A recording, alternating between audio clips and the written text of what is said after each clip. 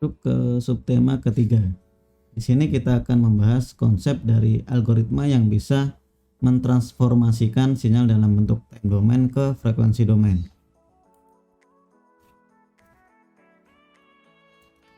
Jean-Baptiste Joseph Fourier adalah seorang matematikawan dan fisikawan Prancis yang terkenal karena memulai penyelidikan deret Fourier atau Fourier series, yang akhirnya berkembang menjadi analisis Fourier dan analisis harmonik, serta aplikasinya pada masalah perpindahan panas dan vibrasi. Transformasi Fourier dan hukum konduksi Fourier juga merupakan temuannya. Fourier mengemukakan setiap fungsi periodik dapat ditulis ulang sebagai jumlah bobot sinus dan kosinus dari frekuensi yang berbeda. Teori ini yang kita kenal sebagai Fourier series, di mana algoritma ini menguraikan gelombang-gelombang periodik menjadi individual gelombang. Dari temuan ini, para ilmuwan terus menggali dan mengembangkan hingga akhirnya ditemukannya algoritma discrete Fourier transform dan fast Fourier transform.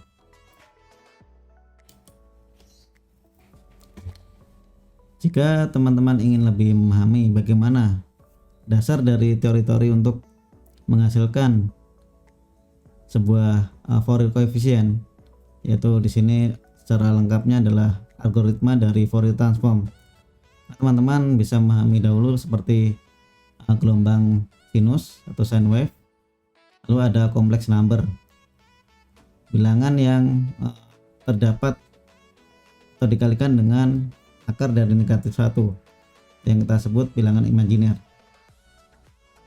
Nah, dari nanti perhitungan antara gelombang sinus dan kompleks number, kita akan mendapatkan hasil yaitu disebut sebuah gelombang sinus kompleks atau kompleks sine wave. Nah, terus di sini ada kompleks number dan dot product. Dot product ada perkalian berupa dot ya, dot product. Nah, dot product dengan kompleks number, nanti kita bisa dapatkan sebuah hasil yaitu kompleks dot product. Nah, dari kompleks sine wave dan kompleks dot product, nanti kita akan bisa mendapatkan sebuah bilangan yang disebut Fourier coefficient. Fourier coefficient ini adalah bilangan utama yang kita ingin cari ya, kita ingin ketahui, yaitu berupa nilai-nilai amplitude di sebuah frekuensi di dalam data frekuensi domain.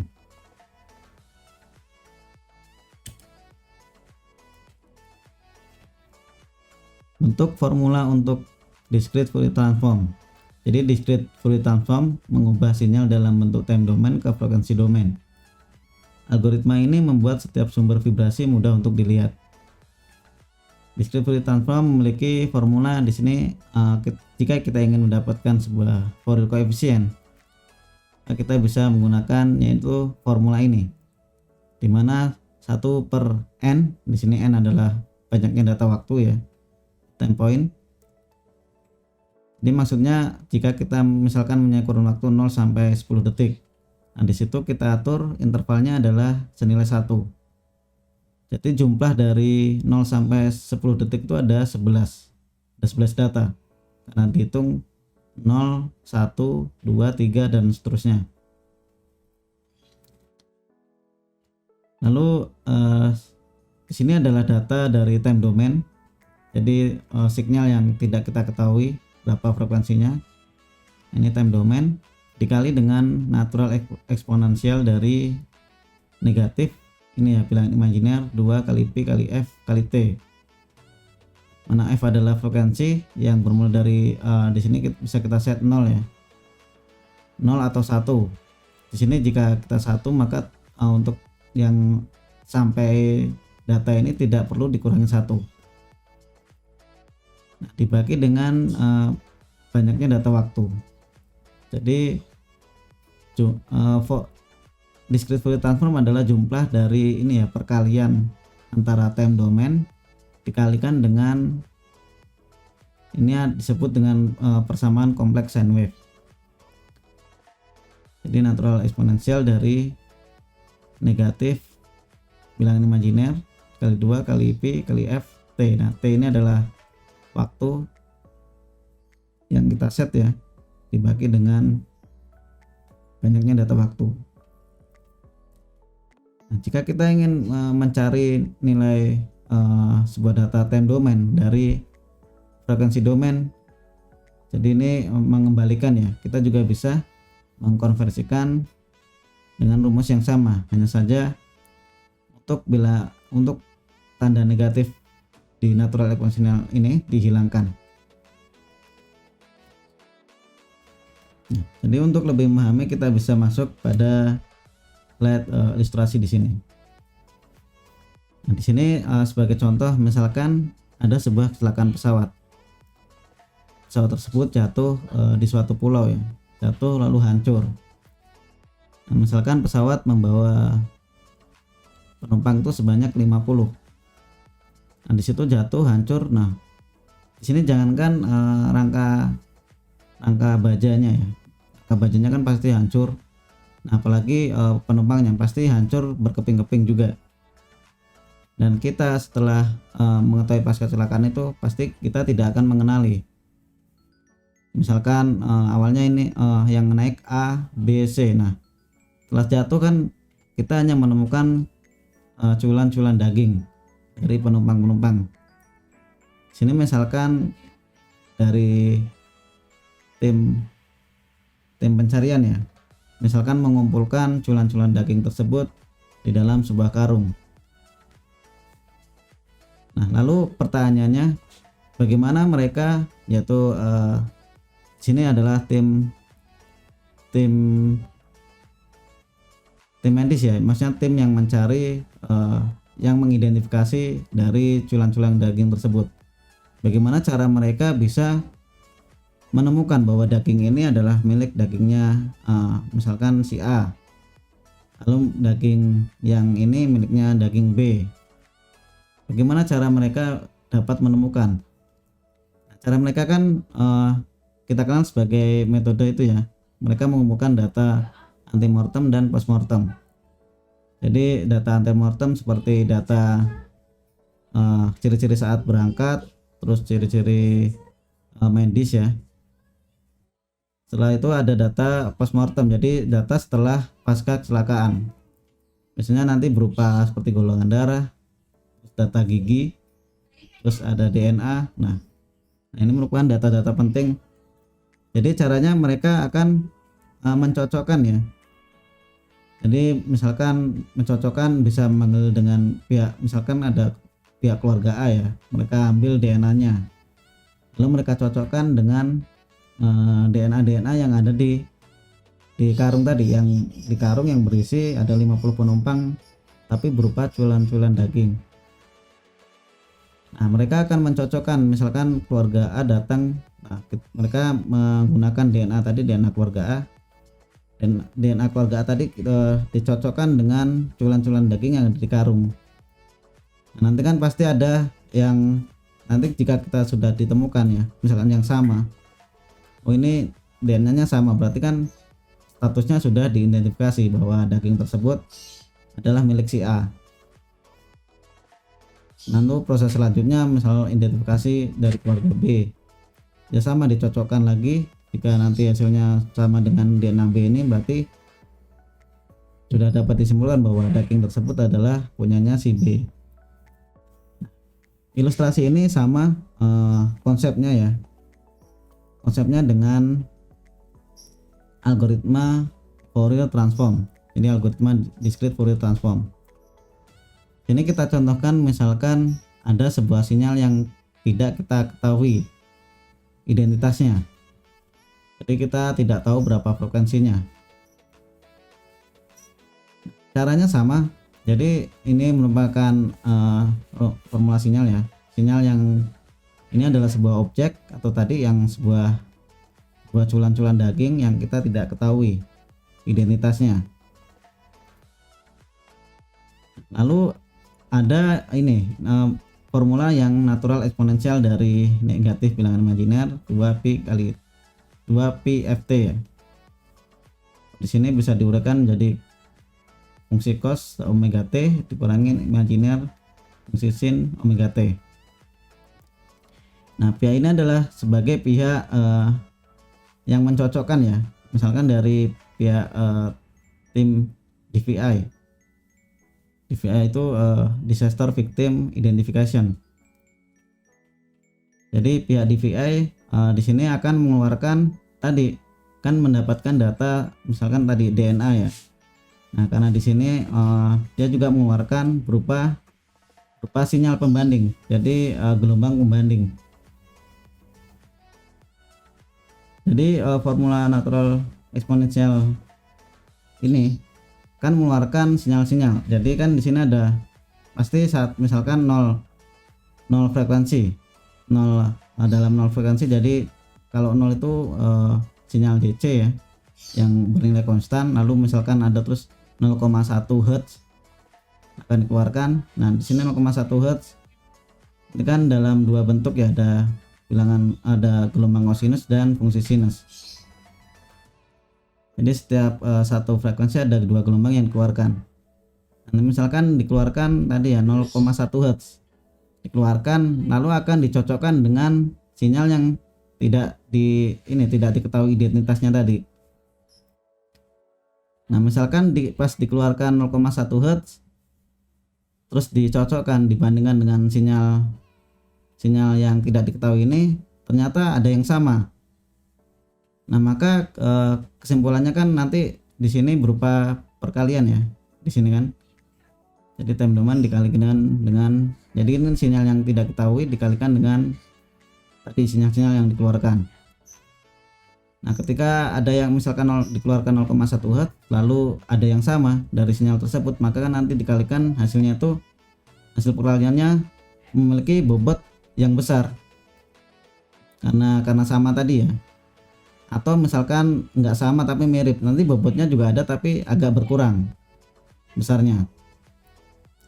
Nah, kalau misalkan sama sekali tidak sama, maka nanti bobotnya ya 0. Nah, jadi seperti itu. Nanti setelah 0,1 Hz dikeluarkan 0,2 Hz terus dicocokkan jadi berupa perkalian ya. Misalkan di sinyal yang diidentifikasi ini tidak ada, maka nanti nilainya itu 0. Nilainya itu disebut Fourier coefficient yang kita cari tadi.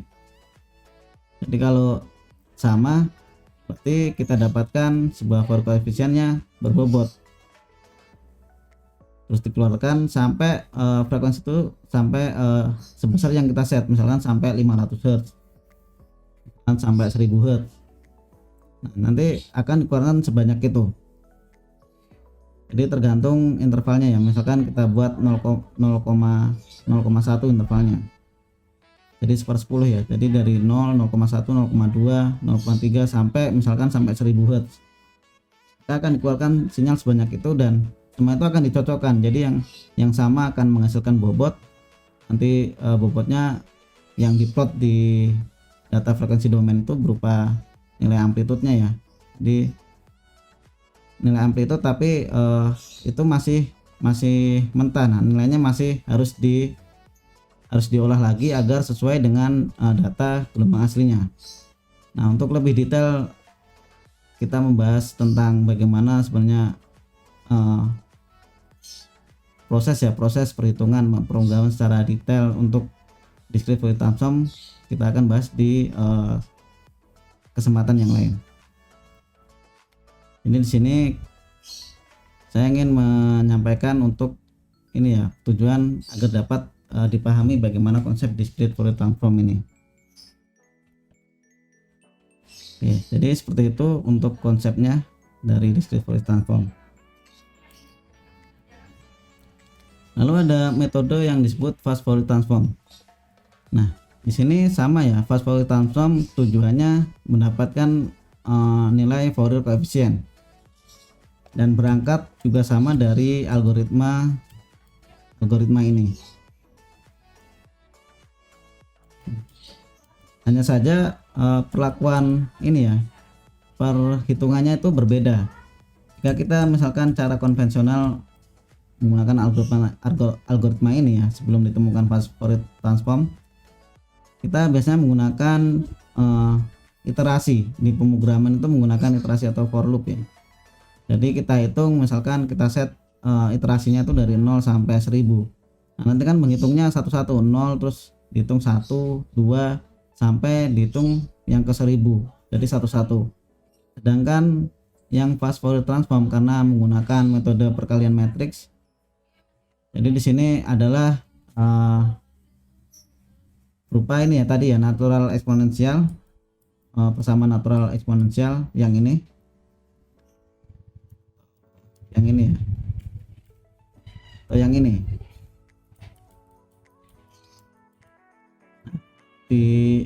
dibuat dalam bentuk matriks, disusun dalam bentuk matriks. Nah, di sini seperti ada, di sini adalah DC-nya ya, bernilai konstan yang frekuensinya 0 sampai ke frekuensi yang kita set ya, sampai dengan n ini banyaknya data point.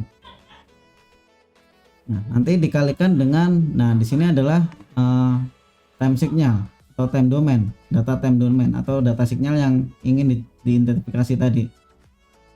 Data yang ingin dicari, sinyal yang ingin dicari berapa frekuensinya. Nah, itu juga disusun dalam bentuk matriks jadi sinyal tersebut.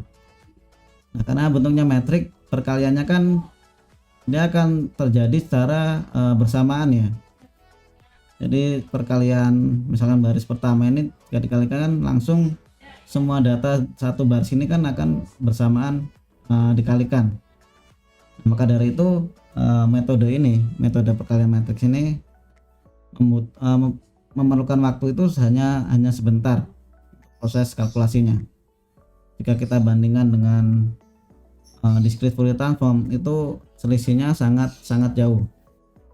Jadi tergantung sih, sebenarnya tergantung dari data. Misalkan datanya sedikit tuh tidak terlalu berpengaruh ya. Kita menggunakan discrete Fourier transform juga sudah terbilang cepat. Namun jika menggunakan data yang sangat banyak sampai misalkan jutaan, itu nanti perbedaan waktunya itu sangat signifikan. Jadi sangat berbeda jauh. Metode fast Fourier transform memang dikenal metode yang sangat cepat dalam kalkulasi.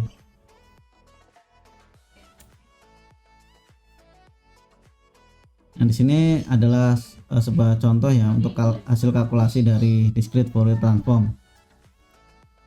Ketika saya mempunyai sebuah sinyal, sini saya buatkan sinyal ini 1 Hz.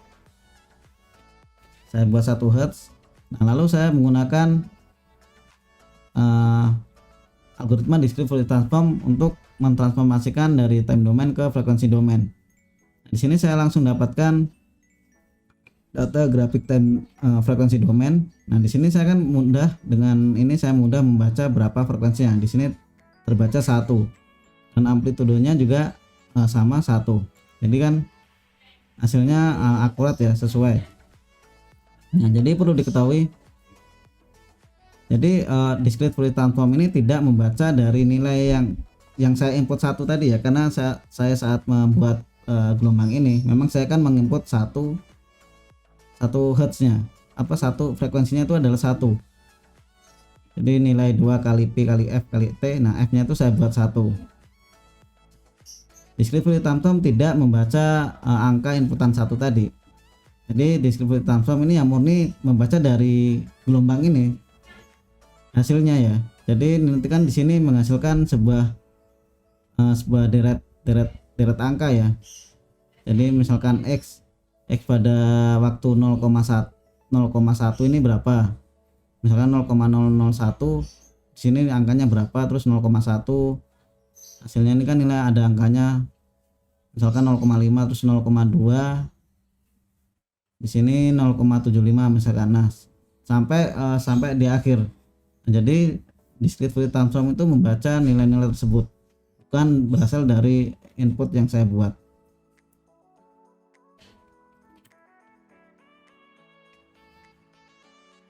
Terus di sini contohnya, di sini saya buat sebuah signal ya, time domain ada 3 gelombang. Jadi saya buat dari 1 Hz, saya tambahkan dengan 1,5 Hz, saya tambahkan lagi dengan 3 Hz. Nah, jadilah gelombang seperti ini. Nah, misalkan kita tidak ketahui ya, tidak ketahui nilai frekuensinya ini. Di sini kalau kita membaca secara manual kan susah. Ada berapa gelombang dan berapa saja frekuensinya. Nah, dengan menggunakan discrete Fourier transform, di sini saya dengan mudah bisa membaca ya.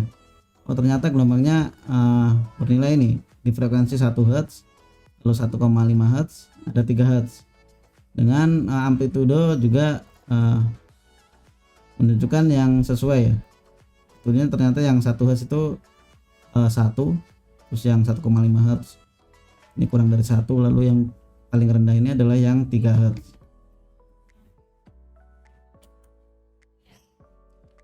Nah, contoh yang lain misalkan ada sebuah sinyal ini ya, amplitude modulation. Ini sinyalnya ini amplitudenya ini tidak statik ya, artinya dynamic amplitude. Jadi sinyal non stationary untuk amplitudenya. Ketika saya menggunakan discrete Fourier transform, saya bisa dengan mudah membaca oh ternyata frekuensinya di 40 Hz. Nah, dengan ciri khas kalau frekuensi modulation ya yang didapat dari amplitude modulation memiliki juga sebuah puncak ya di sekitar frekuensi yang utama.